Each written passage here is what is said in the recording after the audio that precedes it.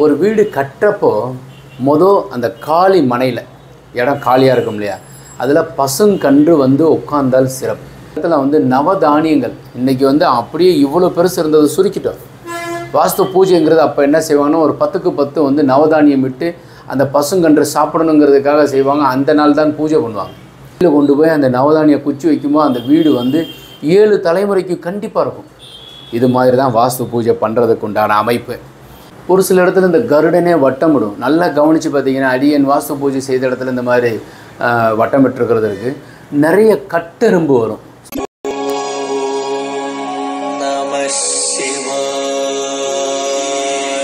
லிங்கம் வாஸ்து அன்பர்கள் அனைவருக்கும் சிவ சரவணனின் அன்பான வணக்கங்கள். ஈஸ்ட் ஃபேஸிங்கில் அருமையான வரைபடம், குழி பொருத்தத்தோடு உள்ள ஒரு பெஸ்ட் பிளான். பார்க்குறதுக்கு முன்னாடி ஒரு வீடு கட்டுறப்போ அந்த காலி மனையில் இடம் காலியாக இருக்கும் இல்லையா, அதில் பசுங்கன்று வந்து உட்கார்ந்தால் சிறப்பு. காலி மனையில் உங்கள் இடத்துல அதுவாக பசுங்கன்று வந்து உட்காருவது சிறப்பு. இல்லை நீங்கள் வந்து உங்களுடைய காலி மனையில் நீங்கள் வந்து தோட்டத்தில் வீடு கட்ட போகிறீங்கன்னா அதில் பசுங்கன்று உட்கார வைக்கிறது சிறப்பு. பால் கறக்கிறது அங்கேயே வச்சு பால் கறந்து நாங்கள் வெளியே கொடுக்குறதோ இல்லை நம்ம வச்சுக்கிறதோ சிறப்பு. இன்னும் சரியாக சொன்னோன்னா அந்த இடத்துல வந்து நவதானியங்கள் இன்றைக்கி வந்து அப்படியே இவ்வளோ பெருசு இருந்தது சுருக்கிட்டோம். வாஸ்து பூஜைங்கிறது அப்போ என்ன செய்வாங்கன்னா ஒரு 10க்கு 10 வந்து நவதானியம் விட்டு அந்த பசுங்கன்று சாப்பிடணுங்கிறதுக்காக செய்வாங்க. அந்த நாள் தான் பூஜை பண்ணுவாங்க. இன்றைக்கி அப்படியே சுருக்கி ஒரு கொண்டையில் வச்சு ஒரு மஞ்சள் துணியில் வச்சு நவதானியத்தை கட்டி ஒரு குச்சியில் வச்சு கட்டி அப்படியே சக்குன்னு இறக்கிடுறோம், உள்ளே வச்சிடறோம். அதில் டொம்முன்னு இருக்கிறாள்லாம் இருக்காங்க. தயவுசெய்து அந்த மாதிரி வாஸ்து இருந்தால் வர்ற 27ஆம் தேதி பண்ணுவீங்க. அந்த மாதிரி அடிச்சிடாதீங்க. 2 குச்சியில் நவதானியம் பரத்தணும்னு இருக்குது. அதை அப்படியே அள்ளி வச்சு எல்லோரும் கையில் கொடுத்து ஒரு நவதானியத்தை கட்டி உள்ளே வச்சிடறோம். சரி, அப்படியே பண்ணுங்கள். ஆனால் உள்ளே வந்து நல்லா தோண்டி கீழே வச்சுறது நல்லது. அடியன் ஒரு 20 வருஷத்துக்கு முன்னாடி சென்னையில் வந்து ஒரு பெரிய ஹோட்டல் ஒருத்தவர் பண்ணார். அப்போ நான் சொல்லியிருந்தேன் நல்லா கீழே வைக்கணும்னு சொல்லியிருந்தேன். அடியன் போயிருந்தேன், அந்த வாஸ்து பண்ணுறதுக்கு போயிருந்தேன். அவர் என்ன பண்ணாருன்னாக்கா சிறப்பாக செஞ்சுருந்தார். அதுக்கப்புறம் யாருமே அந்த மாதிரி ஒரு பைல் ஃபவுண்டேஷன் போடுறாங்க இல்லையா, பைல் ஃபவுண்டேஷன் கேள்விப்பட்டிருக்கீங்களா? சும்மா போட்டு பாருங்கள் நெட்டில். ஒரு 1 அடி டயா உள்ள ஒரு பைல் ஃபவுண்டேஷனை போட்டார். ஒரு 20 அடிக்கு போட்டுட்டாருங்க. ஒரே ஒரு குழி ஈசான மூலையில் 20 அடிக்கு கீழே இறக்கி நல்லா தோண்டி அந்த மண்ணெல்லாம் எடுத்துகிட்டு மேலே 10 இன்ச்சு பைப்பு உள்ளே வந்து ஒரு 3 அடிக்கு மேலே நிறுத்திட்டார்.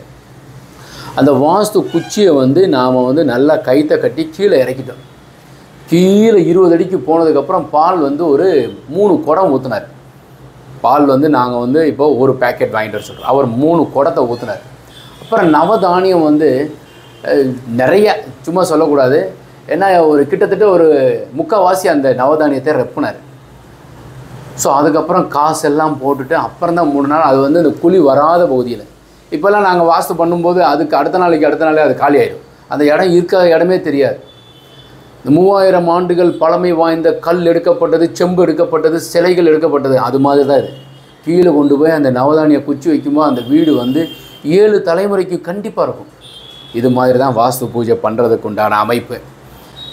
இன்றைக்கி வந்து சுருக்கமாக சும்மா வந்து அந்த அவசரமாக அந்த கொத்தனார் வந்துட்டு நேராக அங்கே ஒரு 3 இது பண்ணுறாரு, இங்கே ஒரு 2 அப்படியே ஓடி பண்ணுவாங்க. செய்கிறதே சிறப்பாக சரியாக தோண்டி பண்ணணும். இப்போ இந்த பிளானை பார்ப்போமா? இப்போது இது one of the east facing house, 42க்கு 30 ஸோ இது ஒரு 159 குழி. 159 குழின்னு பார்த்தோம்னாக்கா என்ன வருதுன்னாக்கா சொல்கிறேன் பாருங்களேன். பெஸ்ட்டு அளவு இது. யானை மனை, வயது 93, வரவு 12, அங்கீச பொருத்தம் சுக்கரம் அங்கீசம் ராஜயோகம். இது நல்லா இருக்கா? இது பார்த்து வச்சுக்கோங்க. யானை மனைன்னா ஆரோக்கியமாக இருப்பீங்க.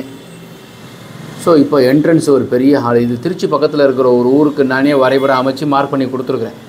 ஹால் அளவு 17க்கு 17, அக்னி மூலையில் 11க்கு 11 4 கிச்சன், 2 ஜன்னல் இருக்கா, எங்கேயும் குத்து கிடையாது.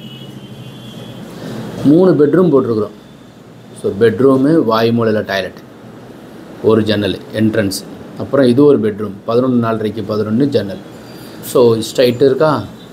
அப்புறம் இன்னொரு பெட்ரூம் 17க்கு 11. இந்த பையன் சிங்கப்பூரில் வேலை பார்க்குறாரு. ஸோ அவர் தான் வந்து வீடு கட்ட போகிறாரு. இப்படி 17க்கு 11 பீரோ. இதுக்கு அட்டாச் டாய்லெட்டு, பூஜை அறை, கிச்சனு. முதல் மாடி போகிறதுக்கு உண்டான அமைப்பு மேலே போய் ஈசான்யத்திலேயே வந்து கன்னி மூலையில் வந்து ஒரு பெட்ரூமும் டாய்லெட்டும் போடணும் சாமி அப்படின்னு சொன்னார். கொடுக்குறேன் அப்படின்னு சொல்லியிருக்கிறேன். ஸோ போரு, மழைநீர் சேரிப்பு, சம்பு ஈசானத்துலேயும் செப்டி டேங்க் வாய்மொழிலையும் கன்னி மூலையில் மொட்டை மாடியில் உயரமாக வாட்டர் டேங்க் அமைக்கணும்னு சொல்லியிருக்கிறேன். இப்போது இந்த வீடு கட்டுறதுக்கு அந்த இடத்திற்கு வாஸ்து பூஜை செய்யும்போது என்ன அப்படின்னு சொல்லியிருக்கிறேன். பசுங்கன்று இருந்தால் அப்படின்னு சொன்னேன் இல்லையா? இப்போ பாருங்கள், இந்த வரைபடம் பார்த்துட்டு இருக்கும்போதே இன்னொன்று அதிலேயே நான் வந்து காமிக்கிறேன். ஒரு இடத்துல பசுங்கன்று, ஸோ நாங்கள் பூஜை பண்ணும்போதே அந்த பசுங்கன்று வந்தது.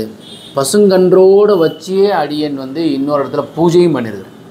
ஸோ வாஸ்து பூஜை பண்ணும்போது அதுவாக வந்து அப்போ எம்பெருமான் இறைவன் வந்து இந்த இடத்துல பூஜை பண்ணுறாங்க, நீ போயிட்டு வா, இறைவன் வருவது. ஸோ பூஜை செய்யும்போது பசு வர்றது சிறப்பு. ஒரு சில நண்பர்களுக்கு இந்த பூஜை பண்ணிகிட்டு இருக்கும்போது வேறு சின்னதாக கண்ணுக்குட்டி ஏதோ ஒன்று வரும். ஒரு சில இடத்துல இந்த கருடனே வட்டமிடும். நல்லா கவனித்து பார்த்தீங்கன்னா அடியன் வாஸ்து பூஜை செய்த இடத்துல இந்த மாதிரி வட்டமிட்டுருக்கிறது இருக்குது. நிறைய கட்டெரும்பு வரும். ஸோ அதுக்கு உணவு வழங்கணுங்கிறது இருக்கும். ஏன்னா அவங்க தைத்துளை கரணமாக இருப்பாங்க. இந்த கரணநாதனுங்கிறது ஒன்று இருக்கும். ஸோ அது மாதிரியே அமைப்பு இருக்கும். ஸோ அது மாதிரி நாங்கள் யானை வந்திருக்குங்க. ஸோ யானையே வந்து அந்த வழியாக போகும்போது நாங்கள் வாஸ்து பூஜை பண்ணும்போது அந்த இடத்துல இருக்கிற தண்ணி எடுத்து ஊதிட்டு போயிருக்கு. ஸோ அந்த இடத்துல நாங்கள் பூஜை பண்ணுறோம். அந்த பகுதியில் வந்து ஒருத்தவர் வந்து யானையில் வர்றாரு. வரும்போது நாங்கள் என்ன செஞ்சோம்னா அந்த யானையை நிறுத்தி பூஜை பண்ணி அந்த தண்ணி எடுத்து வந்து நம்ம வாஸ்து பூஜை பண்ண இடத்துல நாங்கள் தெளிக்க வச்சோம். ஸோ அவர் வீட்டுக்காரருக்கு புல்லரிச்சிருச்சு. என்ன சார் அப்படின்னாரு. உங்களுக்கு குரு நல்லா இருக்குங்க, யானையே வந்து ப்ளஸ் பண்ணுது, பசுங்கன்று வர்றது, இதெல்லாம் வந்து ஒரு இறைவனுடைய ஒரு சங்கல்பம், ஒரு நல்லது நடக்கிறதுக்கு உண்டான. மகாலட்சுமி வீட்டுக்கு வருதுன்னு சொல்கிறோம் இல்லையா? அது மாதிரி இந்த இடத்துல வந்து பூமியில் எந்த விதமான ஒரு நூல் அளவு கூட தோஷம் கிடையாதுங்கிறதான அர்த்தம். அப்போ பசுங்கன்றெல்லாம் வராது, நீங்கள் இழுத்தா கூட வராது. அதே மாதிரி யானையெல்லாம் ப்ளஸ் பண்ணாது. ஸோ அப்போ வந்து அந்த இடம் ஒரு நல்ல வைப்ரேஷன் உள்ள இடமாக இருப்பதற்கு உண்டான அமைப்பு. நீங்கள் இந்த இப்போ வீடியோ பார்த்துருக்கீங்களே, பார்த்தீங்களா? உங்களுக்கு அந்த பசு வர்றது, அந்த பசுவை வச்சு அடியனே பூஜை பண்ணியிருக்கிறதெல்லாம் இருக்குது. இப்போது நம்ம பிளான் தான் பார்த்துக்கிட்டே இருக்கிறோம். ஸோ பூஜை சம்மந்தப்பட்டது ஏன் சொன்னேன்னாக்கா, இப்போ 27ஆம் பூஜை பண்ணுவீங்க. ஸோ இந்த பிளான் நீங்கள் அமைச்சிருக்கீங்க அப்படின்னா சீர்திருத்தம் செய்வதற்கு உண்டான கீழே இருக்கிற நம்பருக்கு அனுப்புவீங்க. அப்படின்னா என்னது சார், நாங்கள் வந்து இன்ஜினியரை வச்சு ட்ராயிங்லாம் போட்டுட்டோம், அவர் தான் கட்டுறாரு, அவர் அனுப்பியிருக்கிறாரு, நீங்கள் பார்த்து ஒப்பீனியன் கொடுங்க, அனுப்புவீங்க. அதோடு சேர்த்து உங்களுடைய ஜாதகம், சாருடைய ஜாதகம் அனுப்பணும். கணவன் மனைவி ஜாதகம், ஹஸ்பண்ட் அண்ட் ஒய்ஃப். பிளானே புதுசாக போடணும் சார். அப்போது உங்கள் ஜாதகமும் மேடத்திற்கு உண்டான ஜாதகம் அனுப்பி அதில் குழி பொருத்தம் பார்த்து வரைபடம் நம்ம புதுசாக அமைச்சிக்கலாம். 2வது ஆப்ஷன். சார் இடமே நாங்கள் வாங்க போகிறோம் சார், எந்த பகுதியில் வாங்கலாம்? இப்போ மதுரையில் தெப்பக்குளத்தில் இருக்கிறோம் சார் அப்படின்னா தெப்பக்குளம் பகுதியில் வாங்கலாமா? அப்போ குளம், அப்புறம் விளாச்சேரி, சேரிங்கிற ஏரியாவில் இதெல்லாம் வாங்கணும்னா உங்கள் சந்திரன், அப்போது நீங்கள் ரிஷபராசியோ அல்லது கடகராசியாக இருந்தால் இந்த மாதிரி பகுதியில் உங்களுக்கு அழைப்பு கொடுக்கும்.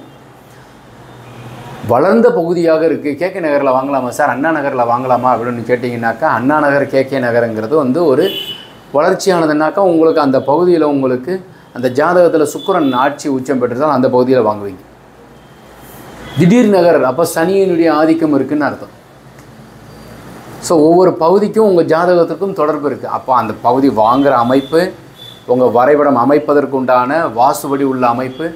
அதுக்காக நான் வந்து இந்த சனியினுடைய ஆதிக்கம் இருக்குங்கிறதுக்காக அந்த பகுதி தப்புன்னு சொல்லலை. வில்லாபுரம்னா வில் ஏந்தியபுரம், லக்னத்திற்கு 4ஆம் இடத்துல சனியோ சனியினுடைய பார்வையோ இருந்தால் அந்த பகுதியில் இருப்பாங்க. அந்த பகுதியில் வாஸ்துபடி வீடு கட்டி வாழ்வதற்கு உண்டான அமைப்பு. இதை தான் சொல்லியிருக்கிறோம். இதை தான் நாங்களும் நிறைய சொல்லியிருக்கிறோம். அதற்கு ஏற்றாற்போல் அந்த இடம் வாங்குறவங்க அதற்கு ஏற்றாப்புல வாங்கிக்கிறாங்க.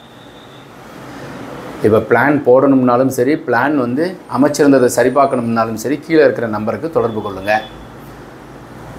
இந்த தகவல் உங்களுக்கு பிடித்திருந்தால் லைக் இப்படின்னு இருக்கும், ஒரு ப்ரெஸ் பண்ணுங்கள், ஷேர் பண்ணுங்கள். உங்கள் நண்பர்களுக்கோ உங்கள் உறவுகளுக்கோ இதை வந்து பகிர்ந்துக்கோங்க, அவங்களுக்கு ஒரு உபயோகரமாக இருக்கும். கமெண்ட் செக்ஷனில் பதிவு பண்ணுங்கள். வாஸ்துபடி உள்ள வீட்டில் வசிப்போம், வளமுடன் வாழ்வோம். மீண்டும் நாளை ஒரு அருமையான தகவலுடன் சந்திக்கின்றேன். சிவாய நமः.